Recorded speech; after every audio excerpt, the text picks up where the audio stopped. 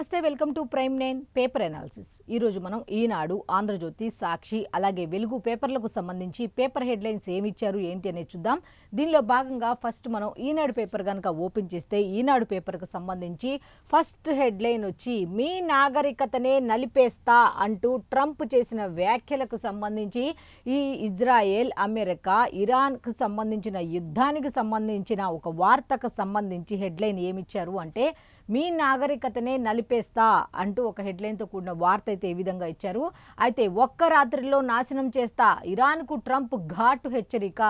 అయితే నేను ఇచ్చిన హర్మూజ్ జలసంధికి సంబంధించి అది ఓపెన్ చేయడానికి సంబంధించిన గడువు ముగిసిన నేపథ్యంలో ఈ విధంగా ట్రంప్ అయితే హెచ్చరికలు జారీ చేసినట్టుగా ఉంది. మీ నాగరికత పైనే నేను టార్గెట్ చేస్తా, అట్లాగే ఒక్క రాత్రిలో మొత్తం ఇప్పుడు దాకా నేను జస్ట్ హెచ్చరించుకుంటూ వచ్చా, కానీ నేను తీవ్రంగా పరిగణిస్తే ఎలా ఉంటుందో మీరు చూస్తారు అన్నట్టుగా ఇరాన్కి అయితే ట్రంప్ ఘాటు హెచ్చరికలు చేసినట్టుగా ఒక హెడ్లైన్తో కూడిన వార్త అయితే ఈ విధంగా ఇచ్చారు. ఒక్కసారి కనుక డీటెయిల్స్ మనం చూస్తే ఇప్పటిదాకా వాడిని టూల్ కిట్ వాడతామన్న అమెరికా ఉపాధ్యక్షుడు వాన్స్. అయితే అది అణ్వాయుధమా అంటూ ఆందోళన. అయితే ఇప్పటిదాకా మీరు ఎన్నో చూశారు, కానీ మీరు ఇప్పుడు వినూత్నంగా చూడబోతున్నారు అన్నట్టుగా ఇప్పటి వరకు వాడిని టూల్ కిట్ను ఒకదాన్ని ఇరాన్ మీద మేము ప్రయోగించబోతున్నాం అన్నట్టుగా అమెరికా ఉపాధ్యక్షుడు వాన్స్ అయితే చెప్పడం జరిగింది. అయితే ఇదేమైనా అణ్వాయుధం అయి ఉంటుందా అన్న డౌట్ అయితే అందరికీ వచ్చేసరికి అణ్వాయుధం కాదంటూ కూడా శ్వేత సౌధం అయితే వివరణ ఇవ్వటం కూడా జరిగింది. అణ్వాయుధం అంటే ఏం జరుగుతుంది, ఎంత విస్ఫోటనం జరుగుతుంది అన్నది అందరికీ తెలిసిందే. అయితే అణ్వాయుధాన్ని ఏమన్నా ఉపయోగించనుందా అమెరికా అన్న డౌట్ వస్తే దాని మీద శ్వేత సౌధం కూడా ఒక క్లారిటీ ఇచ్చింది, అణ్వాయుధం అయితే కాదు అన్నట్టుగా. అయితే హర్మూజ్ను తెరిచేందుకు గడువు పొడిగించని ట్రంప్ హర్మూజ్ను తెరవాలి అంటూ మొన్నటిదాకా ఇచ్చిన గడువు అయితే ముగియటంతో అయితే దానికి ఇంకా ఏమైనా గడువు ఇస్తారా అన్న ఉద్దేశంతో చాలామంది నిన్న ఏమైనా గడువు ఏమన్నా పెంచి వెనక్కి తగ్గుతారా ట్రంప్ అని చూశారు. అయితే తగ్గించను, నేను ఇంకా గడువు అనేది ఇక పెంచను అన్నట్టుగా ట్రంప్ అయితే దాన్ని పెంచలేదు. అయితే ఖర్గ్పై అమెరికా భీకర దాడులు చేసింది. ఈ నేపథ్యంలోనే ఖర్గ్ని టార్గెట్ చేస్తూ ఖర్గ్పై భీకర దాడులు అయితే అమెరికా చేసినట్టుగా తెలుస్తోంది. అయితే ఇరాన్లో వంతెనలు, రైల్వే నెట్వర్క్ను లక్ష్యంగా చేసుకున్న ఇజ్రాయెల్. అయితే ఇజ్రాయెల్ అయితే ఒక పక్క నుంచి అమెరికా అయితే ఇంకో పక్క నుంచి ఇజ్రాయెల్ ఏం చేస్తుంది, అమెరికా అయితే ఖర్గ్పై భీకర దాడులు చేస్తుంటే ఇజ్రాయెల్ కూడా ఇరాన్లో వంతెనలు, రైల్వే నెట్వర్క్ను లక్ష్యంగా చేసుకొని దాడులు నిర్వహించింది అన్నట్టుగా ఇచ్చారు. అయితే ట్రంప్ ఓ ఉన్మాది ట్రంప్ అన్నట్టుగా ఇరాన్ వ్యాఖ్యానించడం జరిగింది. మమ్మల్ని ఎవరు ఏమీ చేయలేరు, ట్రంప్ నువ్వు ఉన్మాదివి, నువ్వు ఏదో అనుకుంటున్నావు, మమ్మల్ని నాశనం చేయటం అంత ఈజీ అయితే కాదు అన్నట్టుగా ఇరాన్ కూడా ధీటుగా సమాధానం చెప్పినట్టుగా తెలుస్తోంది.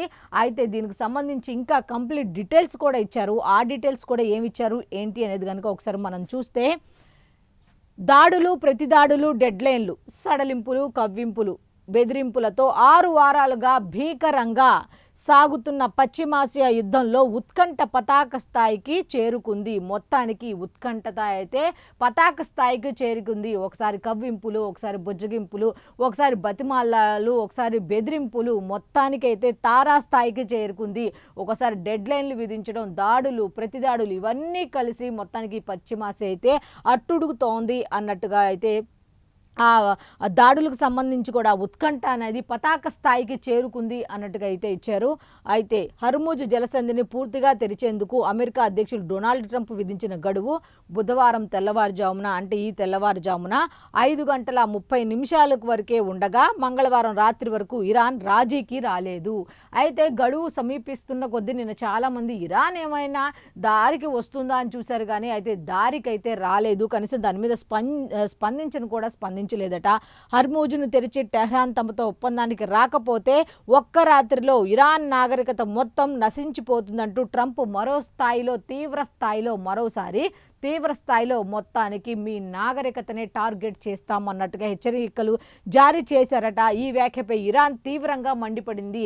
అయితే అమెరికా అధ్యక్షుడిని ఉన్మాదిగా పేర్కొంది. సంధి కుదుర్చుకునే దిశగా సంకేతాలివ్వని ఇరాన్ అమెరికా దాడుల నుంచి విద్యుత్ కేంద్రాలను కాపాడుకునేందుకు మానవహారాలుగా ఏర్పడాలని తమ దేశ ప్రజలకు పిలుపునిచ్చింది. అయితే విద్యుత్ కేంద్రాలను కాపాడుకోవాలన్న ఉద్దేశంతో మానవహారాలుగా ఏర్పడాలి అన్నట్టుగా దేశ ప్రజలకైతే పిలుపునిచ్చినట్టుగా తెలుస్తోంది. ఇరాన్ గల్ఫ్లోని అమెరికా మిత్ర దేశాలపై దాడులను మరింత ఉధృతం చేస్తామని హెచ్చరించింది. అయితే ఆ గల్ఫ్లోని అమెరికా మిత్ర దేశాలపై ఏ దేశాలు అయితే గల్ఫ్లో అమెరికాకు మిత్ర దేశాలుగా ఉన్నాయో వాటిని టార్గెట్ చేస్తామన్నట్టుగా ఇరాన్ కూడా హెచ్చరికలు జారీ చేస్తోంది. అయితే ఈ పరిణామాలతో పశ్చిమాసియాలో ఏ క్షణాన ఏం జరుగుతుందోనని యావత్ ప్రపంచం కూడా ఊపిరి బిగబట్టి చూస్తోంది. దౌత్య ప్రయత్నాలతో చివరి నిమిషాల్లోనైనా అమెరికా ఇరాన్లను ఒప్పించి యుద్ధాన్ని నిలిపివేయాలని మధ్యవర్తులైతే ప్రయత్నిస్తున్నారు. ఎట్లా అయినా సరే ఏం జరుగుతోంది, రెండు దేశాల మధ్య ప్రపంచమే అతలాకుతలం అయ్యే పరిస్థితికి అయితే చేరుకుంది. ఎలాగైనా సరే చివరి నిమిషం ఆఖరి నిమిషం వరకు ట్రై చేద్దాం అన్నట్టుగా మధ్యవర్తిత్వ దేశాలు కూడా ఈ యుద్ధాన్ని నిలిపివేయాలన్న ఉద్దేశంతో ఇటు అమెరికాకి అటు ఇరాన్కి మధ్య సంప్రదింపులు జరుపుతున్నాయి. అసలు ఏం జరుగుతోంది ఏంటి అనేది కూడా ప్రస్తుతం ప్రపంచం మొత్తం ఆశ్చర్యం కన్నా కూడా ఒక భయానక పరిస్థితిలో చూస్తోంది. ఎందుకంటే ఇప్పటికే చమురు దిగుబడి తక్కువ అవటం వల్ల ఎన్ని ఇబ్బందులు ప్రపంచం ఎదుర్కొంటోంది ఏంటి అనేది చూసాం. అయితే ఇంకా దాడులు మరింత ఉధృతం చేస్తే ఇంకా ఏ స్థాయికి వెళ్తోంది ఏంటి అన్న ఆందోళన అయితే ప్రపంచం మొత్తం నెలకొంది అన్నట్టుగా చెప్పొచ్చు. అయితే ఓవరాల్గా చూసుకుంటే మొత్తానికి చివరి నిమిషం వరకు అయితే ఏం జరుగుతోంది ఏంటి అనే దాని మీద ఉత్కంఠ అయితే ఉన్నది. అయితే చివరికి ఏదో ఒక క్షణాన ఈ రెండు దేశాలకి ఒక మధ్యవర్తులుగా ఉన్నటువంటి దేశాలైతే కొన్ని రాజీ చేద్దాము అన్న ప్రయత్నంలో ఉన్నట్టుగా అయితే తెలుస్తోంది.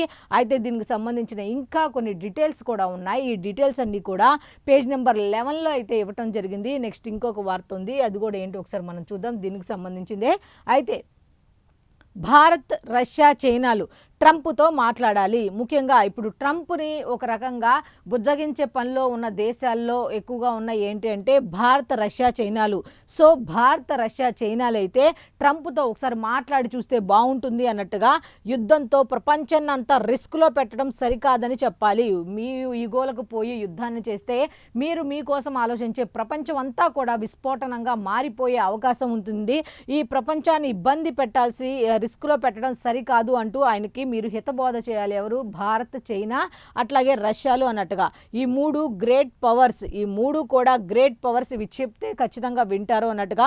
ప్రస్తుతం ఆలోచించాల్సింది ధరల గురించి కాదు, మొత్తం ప్రపంచం గురించి మాత్రం ఆలోచించి భారీ తారా స్థాయికి చేరకుండా పరిస్థితులు చూసుకోవాల్సిన అవసరం ఉంది కాబట్టి అన్నట్టుగా ఒక ప్రముఖ ఆర్థికవేత్త ప్రొఫెసర్ జెఫ్రీ సాక్స్ అయితే ఈనాడుకి ఇచ్చినటువంటి ఒక ఇంటర్వ్యూలో ఆయనైతే కొన్ని పలు రకాల సూచనలు అయితే చేసినట్టుగా తెలుస్తోంది.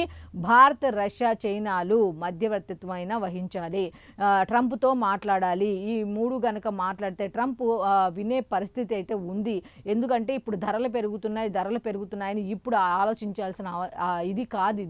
ఇది చేయి దాటిపోయే పరిస్థితి వరకు తెచ్చుకోకుండా భారత్, రష్యా, చైనాలు రంగంలోకి దిగి ట్రంప్ని కొంచెం దాన్ని ఏమంటారు, అతని ఆవేశాన్ని తగ్గించి అతని దాడులను ఇతను చేసే వ్యాఖ్యలను వీళ్ళు చేసే రెచ్చగొట్టే మాటలను దాడులను అలాగే యుద్ధాన్ని ఆపేలాగా ట్రంప్కి అయితే హితబోధ చేయాలి. ఎందుకంటే ఆ ఒక్క అమెరికా అధ్యక్షులు చేసిన పని వల్ల ప్రపంచం మొత్తం అతలాకుతలం అవ్వకూడదు అన్న ఉద్దేశంతో భారత్, రష్యా, చైనాలు అయితే ఇనిషియేటివ్ తీసుకోవాలి అన్నట్టుగా ప్రముఖ ఆర్థికవేత్త ప్రొఫెసర్ జెఫ్రీ సాక్స్ చెప్పినట్టుగా తెలుస్తోంది.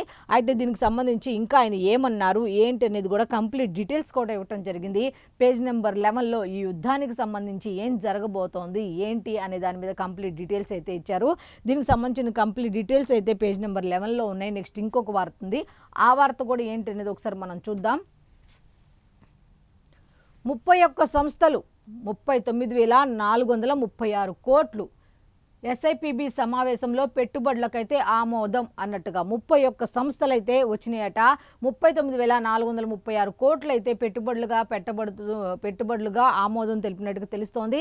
అయితే దీనికి సంబంధించి 22 నెలల్లో 20.74 లక్షల కోట్లు వచ్చాయి అన్నట్టుగా పెట్టుబడుల రూపంలో వస్తున్నాయి అన్నట్టుగా ఆయన చెప్పడం జరిగింది. పునరుత్పాదక విద్యుత్ పూర్తిగా వినియోగించాలి, ఇతర రాష్ట్రాలకు సరఫరా చేసేలా ట్రాన్స్మిషన్ లైన్లు, వ్యవసాయ ఆక్వా వ్యర్థాలతో ఉప ఉత్పత్తులు సృష్టించాలి, ఎలక్ట్రానిక్స్పై ప్రత్యేక దృష్టి పెట్టాలి అంటూ సీఎం చంద్రబాబు నాయుడు అయితే నిన్న ఒక సమావేశంలో అయితే ఆయన మాట్లాడటం జరిగింది. దీనికి సంబంధించి ఒకసారి మనం చూస్తే సచివాలయంలో మంగళవారం రాష్ట్ర పెట్టుబడుల ప్రోత్సాహక మండలి ఎస్ఐపిబి 16వ సమావేశం అయితే నిన్న నిర్వహించారు. అయితే నిన్న నిర్వహించినటువంటి ఎస్ఐపిబి సమావేశంలో 16వ సమావేశంలో ముఖ్యమంత్రి నారా చంద్రబాబు నాయుడు గారు పాల్గొనడం జరిగింది. ఈ సమావేశానికి సంబంధించి ఆయన కొన్ని రకాల సూచనలు సలహాలు ఇవ్వటం జరిగింది. అలాగే ఎన్ని రకాల పెట్టుబడులు వచ్చాయి, ఎన్ని రాబోతున్నాయి అనే దాని మీద కూడా ఖచ్చితంగా క్లారిటీ లాగా ఇస్తూ ఆయన మాట్లాడటం జరిగింది. అది ఏమిటి అనేది కనుక ఒకసారి మనం చూస్తే, రాష్ట్రంలో ఉత్పత్తి అయ్యే సౌర విద్యుత్ను పూర్తిగా వినియోగించుకోవటంపై దృష్టి సారించాలి. రాష్ట్రంలో ఎంత విద్యుత్ ఉత్పత్తి అవుతుందో దాన్ని సమర్థవంతంగా వినియోగించుకునే విధంగా చూడాల్సిన బాధ్యత ఉంది అంటూ కూడా ముఖ్యమంత్రి నారా చంద్రబాబు నాయుడు అధికారులకు దిశానిర్దేశం చేశారు అన్నట్టుగా ఉంది. నెక్స్ట్, రాయలసీమ జిల్లాల్లో భారీ ఎత్తున పునరుత్పాదక ప్రాజెక్టుల ఏర్పాటుకు అవకాశం ఉందని ఆయన చెప్పుకుంటూ వచ్చారు. అయితే ఇందులో 31 సంస్థలకు సంబంధించి 39,436.84 కోట్ల పెట్టుబడులను ఆమోదించారు. అయితే ఇందులో 31 సంస్థలకు సంబంధించి 39,436.84 కోట్ల పెట్టుబడులను ఆమోదించడం జరిగింది. అయితే ఈ సమావేశంలో సీఎం మాట్లాడారు. పునరుత్పాదక రంగంలో పెట్టుబడుల ఆకర్షణకు అవకాశం అయితే ఉంది అన్నట్టుగా ఆయన చెప్పడం జరిగింది.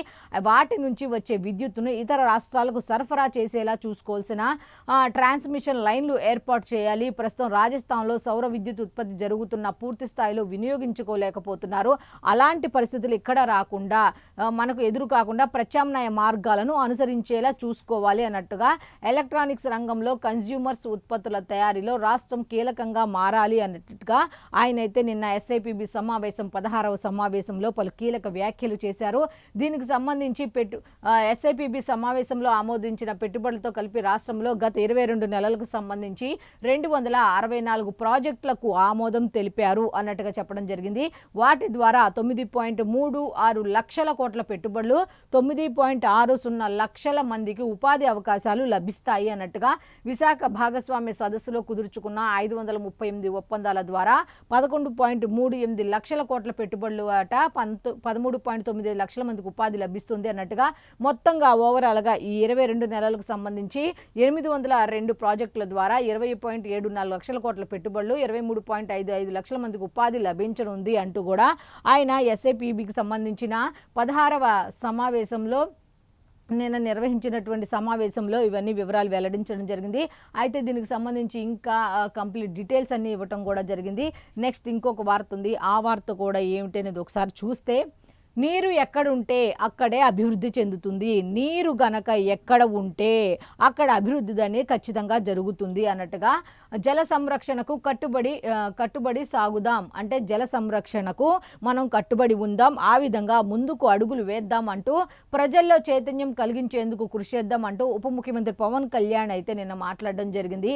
ఈ జల సంరక్షణకు సంబంధించి కొన్ని రకాల వ్యాఖ్యలు అయితే చేశారు. ఏంటి అంటే, నీరు ఎక్కడ ఉంటే అక్కడ అభివృద్ధి ఉంటుంది. నెక్స్ట్, ప్రజల జీవన స్థితిగతులు మెరుగవడానికి గోదావరి, కృష్ణా, పెన్నా, వంశధార వంటి నదులే ఆధారం. నీటి వనరులను కాపాడుకోవాల్సిన పెద్ద సవాల్ మన ముందు ఉంది. క్రమంగా తగ్గుతున్న భూగర్భ జలాలను కాపాడుకోవాలి. దీనిపై ప్రతి ఒక్కరి చైతన్యం తీసుకురావాలని ఉప ముఖ్యమంత్రి పవన్ కళ్యాణ్ పిలుపునిచ్చారు. పంచాయతీరాజ్, గ్రామీణాభివృద్ధి శాఖలు గ్రామీణ తాగునీటి సరఫరా వ్యవస్థలో జనవనరుల స్థిరత్వంపై కృష్ణా జిల్లా కానూరులో మంగళవారం నిర్వహించిన ఒకరోజు కార్యశాలను ఆయన ప్రసంగించారు.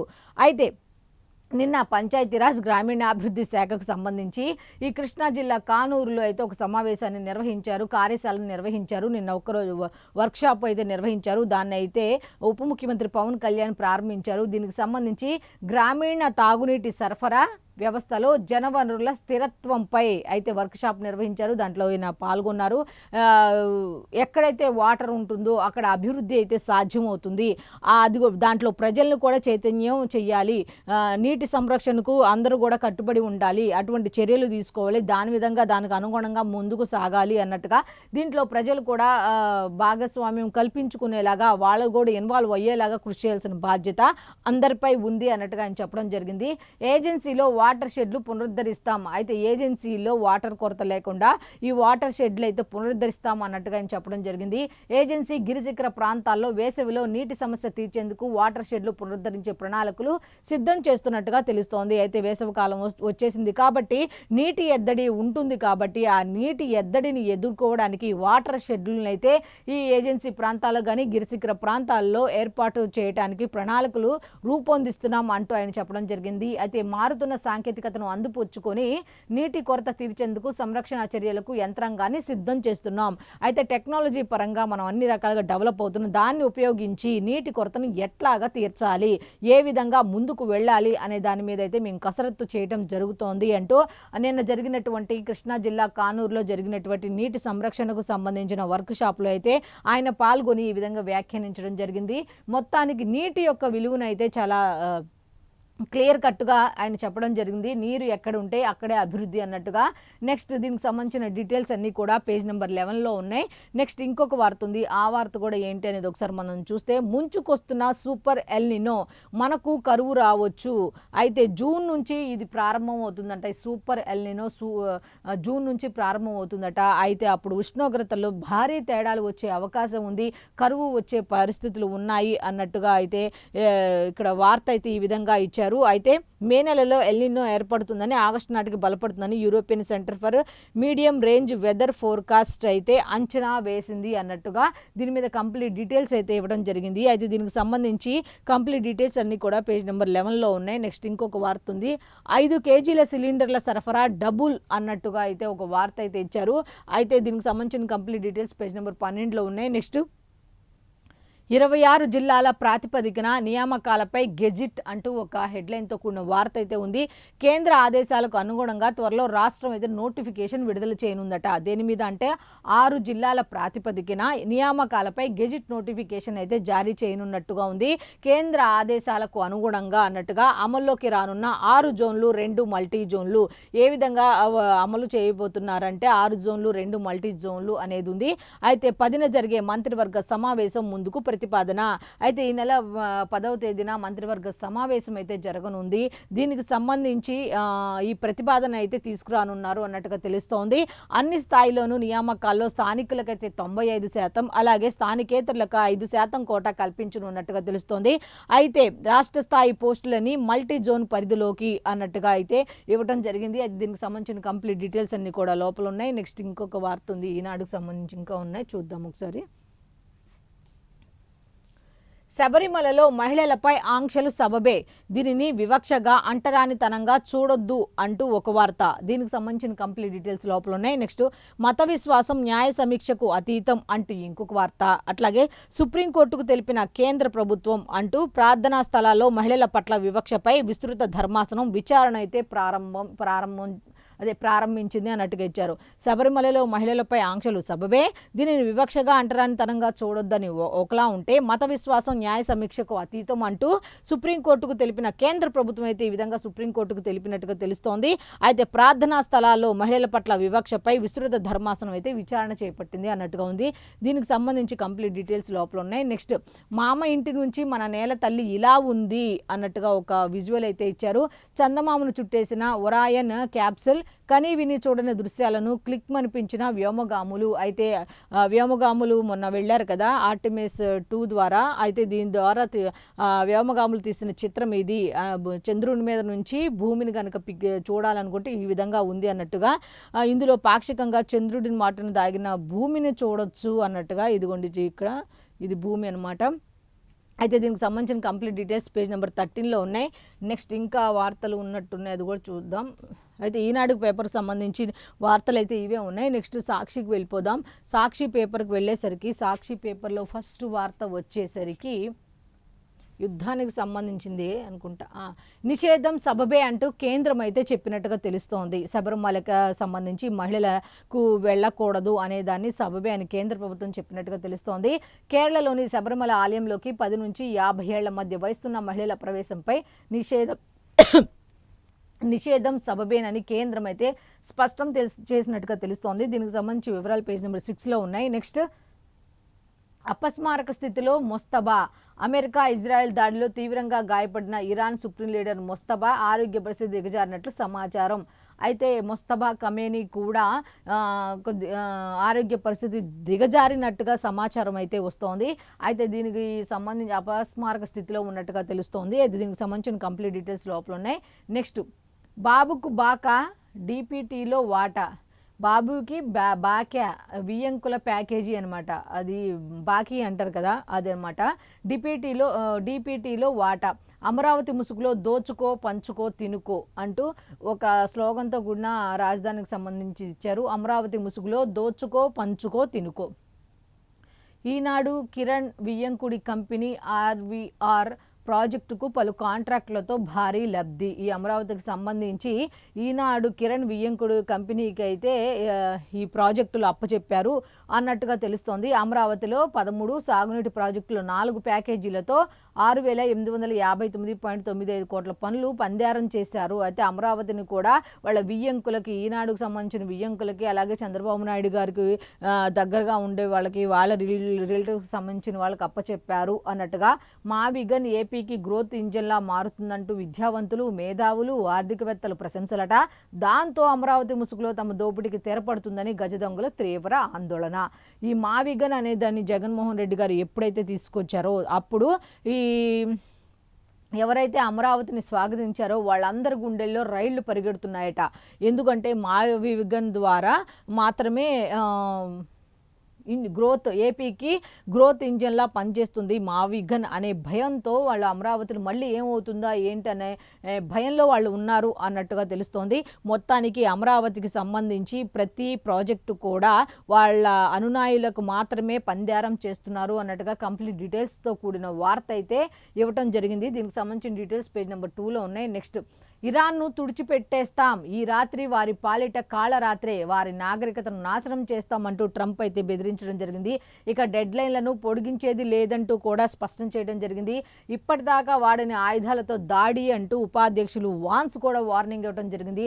అయినా తగ్గే ప్రసక్తే లేదని బదులిచ్చిన ఇరాన్ 1.5 మంది మీ ప్రాణత్యాగాలకు సిద్ధం, మా విద్యుత్ కేంద్రాలను మేము కాపాడుకోవడానికి 1,000 మంది ఉన్నాం, మా 1,000 మంది కూడా ప్రాణాలను పణంగా పెడతాము అన్నట్టుగా ఇరాన్ కూడా చెప్పడం జరిగింది. మౌలిక వస్తువుల చుట్టూ మానవహారాలు, గల్ఫ్లో మారణహోమం తప్పదు అంటూ ఐఆర్జీసీ కూడా హెచ్చరికలు జారీ చేసినట్టుగా తెలుస్తోంది.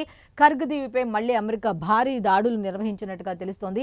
50 సైనిక లక్ష్యాలు ధ్వంసమైనట్టు వెల్లడి. 8 బ్రిడ్జిలు, రైల్వే స్టేషన్లపై ముమ్మర దాడులు.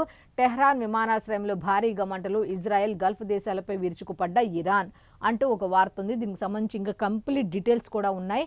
నెక్స్ట్, చంద్రబాబు సర్కారు మళ్ళీ అప్పట. మంగళవారం అనేసరికి ఖచ్చితంగా అప్పులైతే ఉంటాయి. మంగళవారం చంద్రబాబు నాయుడు అప్పుల డే అన్నట్టుగా వీళ్ళు ఇచ్చారు. అయితే 4,400 కోట్లు 23 నెలల్లో చంద్రబాబు సర్కారు చేసిన అప్పు అంటూ ఎంత చేశారు ఏంటి, నెలకు చేసిన అప్పు ఏంటి, సగటున రోజుకు చేస్తున్న అప్పు ఎంత అనే దాని మీద కంప్లీట్ డీటెయిల్స్ అంకెలతో సహా ఇచ్చారు. అయితే దీనికి సంబంధించిన ఇంకా కంప్లీట్ డీటెయిల్స్ పేజ్ నెంబర్ 2లో ఉన్నాయి. నెక్స్ట్, రాధాకృష్ణ ఖబర్దార్ అన్నట్టుగా ఒక హెడ్లైన్తో కూడిన వార్త, బెదిరింపుతో కూడిన ఒక వార్త అయితే ఇచ్చారు. ఏంటి అంటే, ఒళ్ళు దగ్గర పెట్టుకుని రాతలు రాయండి అంటూ ఏబిఎన్కి అయితే వైఎస్ఆర్సీపీకి సంబంధించిన నాయకులు హెచ్చరికలు చేసినట్టుగా తెలుస్తోంది. ఏంటి అంటే, మహిళలను కించపరిచిన రాధాకృష్ణ వ్యాఖ్యలపై నిరసన ఆగ్రహం వ్యక్తం చేశారు. అయితే ఏబిఎన్ ఆంధ్రజ్యోతి చెత్త పలుకుపై వైఎస్ఆర్సీపీ శ్రేణులు కన్నెర్ర చేశారు. హైదరాబాద్లోని ఏబిఎన్ కార్యాలయం ఎదుట శాంతియుతంగా వాళ్ళు నిరసన చేశారు అన్నట్టుగా రాష్ట్రంలో పలుచోట్ల ఆంధ్రజ్యోతి పత్రికా ప్రతుల దహనం, పోలీసులకు ఫిర్యాదు, మహిళలపై రాధాకృష్ణ వ్యాఖ్యలు ఉద్దేశపూర్వకం, తీవ్రంగా ఖండించిన వైఎస్ఆర్సీపీ అధ్యక్షులు వైఎస్ జగన్మోహన్ రెడ్డి అంటూ ఒక వార్త అయితే ఇచ్చారు. అయితే దీనికి సంబంధించి కంప్లీట్ డీటెయిల్స్ పేజ్ నెంబర్ 10లో ఉన్నాయి. నెక్స్ట్, ఆంధ్రజ్యోతికి వెళ్ళిపోతే ఫస్ట్ వార్త, ఆడారు అవినీతి ఆట. ఇక నిన్న రోజా ప్రశ్నించింది కాబట్టి ఇక రోజాని ఇక ఆడేయాలి అన్న ఉద్దేశమో ఏమో తెలియదు, కానీ ఫస్ట్ అయితే వచ్చేసిందనమాట. రోజా బైరెడ్డిపై క్రిమినల్ కేసులు పెట్టండి అంటూ ఆడుదాం ఆంధ్ర, ఇప్పుడు దాకా ఆడుదాం ఆంధ్ర దీలా ఇక బయటకు తీశారు. ఆడుదాం ఆంధ్ర అసలు ఎలా ఉంటుంది అనేది మాజీ ఎండీ హర్షవర్ధన్పై క్రమశిక్షణా చర్యలు, సురేష్ కుమార్, ధ్యాన్ చంద్ పైన చర్యలకు సిఫారసు, ఆడుదాం ఆంధ్రాపై ముగిసిన విజిలెన్స్ విచారణ, రాష్ట్ర ప్రభుత్వానికి 30,000 పేజీల నివేదిక అయితే సమర్పించారు అన్నట్టుగా తెలుస్తోంది. ఇక నిజంగా ఆడుదాం ఆంధ్ర ఇప్పుడు దాకా ఎందుకు టచ్ చేయలేదని బాధపడుతున్నారు కదా, ఖచ్చితంగా టచ్ చేసి తీరుతారు. 40 కోట్ల బడ్జెట్ను 100 కోట్లకు పెంచినట్టు గుర్తించారట. అయితే క్రీడా పరికరాలు, వస్తీ భోజనాల్లోనూ భారీగా అవినీతి జరిగింది అన్నట్టుగా అయితే వార్త ఇచ్చారు. అయితే దీనికి సంబంధించి కంప్లీట్ డీటెయిల్స్ అన్ని కూడా పేజ్ నెంబర్ 9లో ఉన్నాయి. నిన్న ఈవిడి మీడియా సమావేశంలో కూడా చాలా దారుణంగా అయితే కొన్ని రకాల వ్యాఖ్యలు చేయటం జరిగింది. ఎవరెవరి అంటే ఇప్పుడు ఏబిఎన్కి సంబంధించి, లేకపోతే చంద్రబాబు నాయుడు గారికి సంబంధించి, పవన్ కళ్యాణ్ గారికి సంబంధించి, అలాగే మంత్రులకు సంబంధించిన భార్యలను కూడా ఈవిడి మళ్ళీ బయటకు తీసుకొచ్చింది. అక్కడ రాసింది రాధాకృష్ణ, రాసింది ఆంధ్రజ్యోతి. ఏమన్నా అనాలనుకుంటే వాళ్ళని అనుకోవాలి, కానీ ఒక మహిళ అయ్యుండి, ఈమె ఒక మహిళ అయ్యుండి మా మహిళలు అన్నారు, మా మహిళలను అన్నారు అంటూనే మరి వేరే వాళ్ళ వైఫ్లు కూడా మహిళలే కదా, మరి వాళ్ళ ప్రస్తావన ఎందుకు తీసుకొచ్చినట్టు అని చాలామంది ఆమెను ప్రశ్నిస్తున్నారు.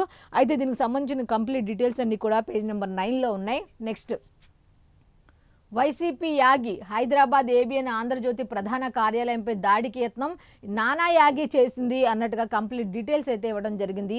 బూత్ నేతల రోతగోల అంటూ దీనికి సంబంధించి కంప్లీట్ డీటెయిల్స్ ఇవ్వడం జరిగింది. రచ్చ ఆపొద్దు, నేడు ఆంధ్రజ్యోతి ఆఫీసుల ముందు ధర్నాలు చేయండి, నేతలకు తాడేపల్లి ప్యాలెస్ ఆదేశం ఇచ్చిందట. వైసీపీ సీనియర్లందరికీ జన సమీకరణ టార్గెట్లు పెట్టిందట. పోలీసులపై తిరగబడాలని హుకుం జారీ చేసింది. ఇప్పుడు పోస్టర్లే తగలబెట్టాం, ఈసారి కార్యాలయాలు తగలబెడతాం అంటూ రోజా హెచ్చరికలు జారీ చేసింది అన్నట్టుగా వార్త అయితే ఇచ్చారు. అయితే దీనికి సంబంధించి కంప్లీట్ డీటెయిల్స్ లోపల ఉన్నాయి. నెక్స్ట్, ఇంకా ఈ రాత్రికే అంతం, ఈ ఒక నాగరికత తుడిచిపెట్టుకుపోతోంది, ఆలోచించుకోండి అంటూ ట్రంప్ చేసిన హెచ్చరికల మీద వార్త అయితే హెడ్లైన్తో కూడి ఈ విధంగా ఇవ్వడం జరిగింది. ఇరాన్పై అణుదాడి చేస్తామన్నట్లుగా అమెరికా అధ్యక్షులు ట్రంప్ పరోక్షంగా ప్రకటించారు అన్నట్టుగా తెలుస్తుంది. అయితే అధ్యక్షుడు మాత్రమే వాడగలిగే టూల్ ఉపయోగించే అవకాశం ఉంది అన్నట్టుగా ఉపాధ్యక్షుడు జేడీ వాన్స్ అయితే ఈ విషయాన్ని చెప్పినట్టుగా తెలుస్తుంది. అయితే అణుదాడి అవకాశాలను తోసిపుచ్చిన వైట్ హౌస్ సంధికి విధించిన డెడ్లైన్ ముగియక ముందే భారీ దాడులు నిర్వహించింది. దేశం కోసం ఆత్మార్పణకు 1.5 మంది సిద్ధం అంటూ ఇరాన్ కూడా ధీటుగా బదిలిచ్చింది అన్నట్టుగా వార్త అయితే ఉంది. మొత్తానికి దీనికి సంబంధించిన కంప్లీట్ డీటెయిల్స్ పేజ్ నెంబర్ 2లో ఉన్నాయి. నెక్స్ట్, ఇంకొక వార్త ఉంది. దేవాదాయ శాఖ ఏసీ శాంతి అరెస్టు అన్నట్టుగా అక్రమాస్తుల కేసులో ఏసీబీ కేసు నమోదు చేసింది. 3 చోట్ల సోదాలు నిర్వహిస్తే భారీగా ఆస్తులు గుర్తించారట. వైసీపీ నేత అండతో నాడు కీలక పోస్టులు, ఆదాయం బాగున్న గుళ్లకు ఈవోగా ఛాన్స్ అయితే కొట్టేశారు అన్నట్టుగా. అయితే 4 ఏళ్ల సర్వీసులోనే కోట్లలో ఆర్జించారు. విశాఖలో 3 బెడ్రూమ్ ఫ్లాటు, బంగారు నగలు కొనుగోలు, విజయవాడలో శాంతికి పలు విల్లాలు అన్నట్టుగా ఈమెకు సంబంధించిన కంప్లీట్ డీటెయిల్స్ ఇవ్వడం జరిగింది పేజ్ నెంబర్ 3. నెక్స్ట్, సౌర విద్యుత్ కేంద్రంగా రాయలసీమ మారనుంది అన్నట్టుగా, ఏడాదిలో మరోసారి గృహప్రవేశాలు నిర్వహించనున్నారు అన్నట్టుగా. ఎస్ఐపిబి సమావేశం 16వ సమావేశంలో ముఖ్యమంత్రి నారా చంద్రబాబు నాయుడు గారు పాల్గొని కొన్ని రకాల వ్యాఖ్యలు చేశారు, అధికారులకు దిశానిర్దేశం చేయడం జరిగింది. నెక్స్ట్, భూగర్భ జలాలను కాపాడుకుందాం అంటూ ప్రజల్లోనూ చైతన్యం కలిగిద్దాం, అప్పుడే భవిష్యత్తు తరాలకు భరోసా అంటూ నిన్న కృష్ణా జిల్లాలో జరిగినటువంటి కార్యక్రమంలో వర్క్షాప్లో నీటి సంరక్షణకు సంబంధించిన వర్క్షాప్లో అయితే ఉప ముఖ్యమంత్రి పవన్ కళ్యాణ్ పాల్గొన్నారు. దానికి సంబంధించి ఆయన నీటి జల సంరక్షణ అనేది కూడా మన అందరి బాధ్యత, దీనికి ప్రజల్లో కూడా అవగాహన కల్పించాల్సిన అవసరం ఎంతైనా ఉంది అన్నట్టుగా ఆయన చెప్పడం జరిగింది. దీనికి సంబంధించిన కంప్లీట్ డీటెయిల్స్ లోపలనే. నెక్స్ట్, వెలుగు పేపర్కి వెళ్ళిపోదాం. వెలుగు పేపర్లో ఫస్ట్ హెడ్లైన్ వచ్చేసరికి, ఇరాన్ నాగరికతను అంతం చేస్తాం, డొనాల్డ్ ట్రంప్ తీవ్ర హెచ్చరిక చేశారు అంటూ ఒక వార్త ఉంది. అయితే నాతో సహా 1.4 కోట్ల ప్రజలు ప్రాణత్యాగానికి సిద్ధంగా ఉన్నారు అన్నట్టు ఇరాన్ అధ్యక్షులు పెజెష్కియాన్ కూడా హెచ్చరికలకి ధీటుగానే సమాధానం ఇచ్చారు అన్నట్టుగా ఒక వార్త ఉంది. కంప్లీట్ డీటెయిల్స్ లోపల ఉన్నాయి. నెక్స్ట్, నిరుద్యోగ యువతకు జాబ్స్ కోసం నేడు జర్మనీతో ఎంఓయు అన్నట్టుగా ఒక వార్త అయితే ఉంది. అంతర్జాతీయ ప్రమాణాలకు తగ్గట్టుగా నిరుద్యోగులను తీర్చిదిద్దుతాం, మంత్రి వివేక్ వెంకటస్వామి చెప్పినట్టుగా ఒక వార్త అయితే ఉంది. నెక్స్ట్, రైతుల కోసం పోతే అరెస్ట్ చేస్తారా, రైతుల కోసం మేము పోరాటానికి ముందుకు వెళ్తే మీరు మమ్మల్ని అరెస్ట్ చేస్తారా అంటే హరీష్ రావు ప్రశ్నించినట్టుగా ఉంది. దీనికి సంబంధించిన కంప్లీట్ డీటెయిల్స్ లోపల ఉన్నాయి. విజయన్ దిగిపోయే టైం వచ్చింది. కేరళ ఎన్నికల ప్రచారంలో సీఎం రేవంత్ రెడ్డి పాల్గొన్నారు. మొత్తానికి విజయానికి దిగిపోయే టైం వచ్చింది అన్నట్టుగా ఆయన చెప్పడం జరిగింది. నెక్స్ట్ ఇక మేఘ పర్యాటకం అంటూ ఇన్ఫ్రా, ఇరిగేషన్, పవర్, ఈవీ నుంచి టూరిజం రంగంలోకి అయితే ఎంట్రీ ఇచ్చింది అన్నట్టుగా ఇంకొక వార్త ఉంది. అది కంప్లీట్ డీటెయిల్స్ లోపల ఉన్నాయి. నెక్స్ట్ ఇంకా ఏం వార్తలు ఉన్నాయి చూద్దాం. వార్ ఎఫెక్ట్, లిక్కర్ రేట్ల పెంపు. వార్ ఎఫెక్ట్ కేవలం చమురు అనుకున్నారు కదా, అది కాకుండా లిక్కర్ రేట్లు కూడా పెరిగాయట. ఇప్పటికే 2% పెరిగిన టీసీఎస్ యుద్ధం వల్ల గ్యాస్, బార్లీ, హాప్స్ దిగుమతులకు తిప్పలు. రేట్లు పెంచాలంటూ ఎక్సైజ్ శాఖ కంపెనీల ప్రతిపాదనలు. బీరుపై కనీసం 15 రూపాయల నుంచి 20 రూపాయలు పెంచాలని వినతి. సాధారణంగా ప్రతి 2 ఏళ్లకోసారి ధరల పెంపు. ఈసారి యుద్ధం కారణంగా మరింత ఒత్తిడి, రేట్లు పెంచాలి అన్నట్టుగా ఇచ్చారు. అయితే కంప్లీట్ డీటెయిల్స్ లోపల ఉన్నాయి. అయితే రైతుల కోసం పోతే అరెస్ట్ చేస్తారా అంటే ఇందాక చెప్పాం కదా, హరీష్ రావు అన్నట్టుగా తెలుస్తుంది. అయితే ఇప్పటి వరకు మనం ఈనాడు, ఆంధ్రజ్యోతి, సాక్షి అలాగే వెలుగు పేపర్లకు సంబంధించి పేపర్ హెడ్లైన్స్ ఏమిచ్చారు ఏంటి అనేది చూసాం కదా. సో ఇది ఈనాటి పేపర్ అనాలిసిస్. మళ్ళీ రేపటి అనాలిసిస్లో కలుద్దాం. అంతవరకు సెలవు, నమస్కారం.